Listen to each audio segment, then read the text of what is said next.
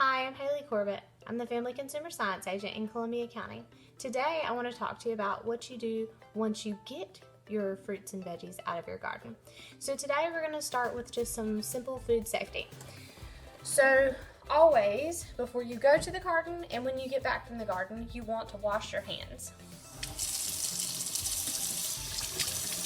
Washing your hands is a very important food safety practice.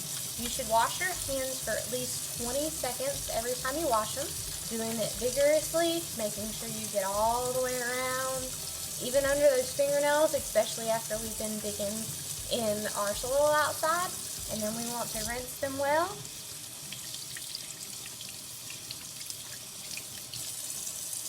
And dry them with a single-use paper towel.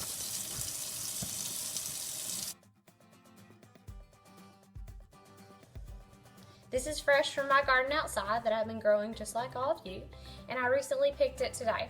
So actually mine didn't look too bad dirt-wise, but it's always a good idea to go ahead and at least get that soil off before you stick it in the refrigerator to store it. So with that, you're going to turn on the cold water. You always want to use water that's just a little bit warmer than whatever your produce is. So fruit, veggie, it doesn't matter. That's kind of the idea. So this is all cold, and this is from the garden. So it's not cold yet like the fridge. So I'm going to add a little bit of warm.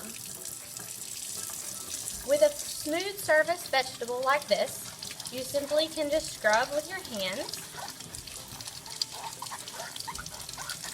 and get all the outer dirt or soil that is remaining off of your vegetable.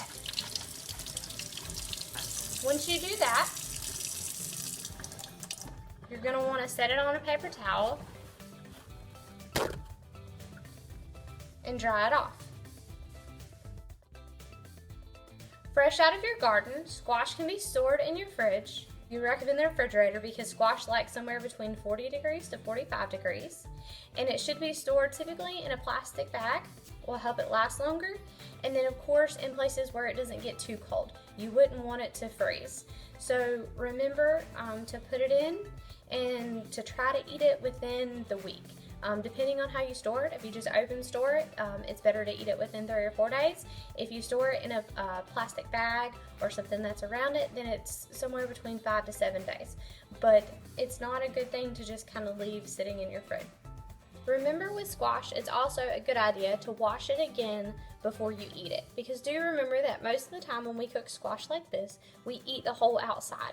And so those are something we want to make sure that there's no bacteria or it hasn't been cross-contaminated with anything in our fridge. So just another wash is always a good idea before we actually prepare it to eat.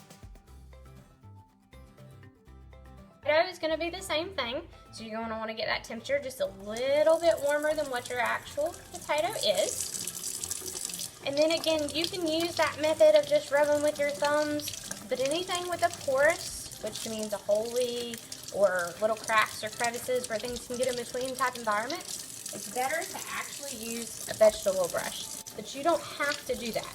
And you just want to gently scrub it all around, and that kind of thing. Now a potato, you would not wash before storing it, because once a potato is exposed to water, it begins to brown. So this would be something that you would do right before eating it. You would go ahead and wash it.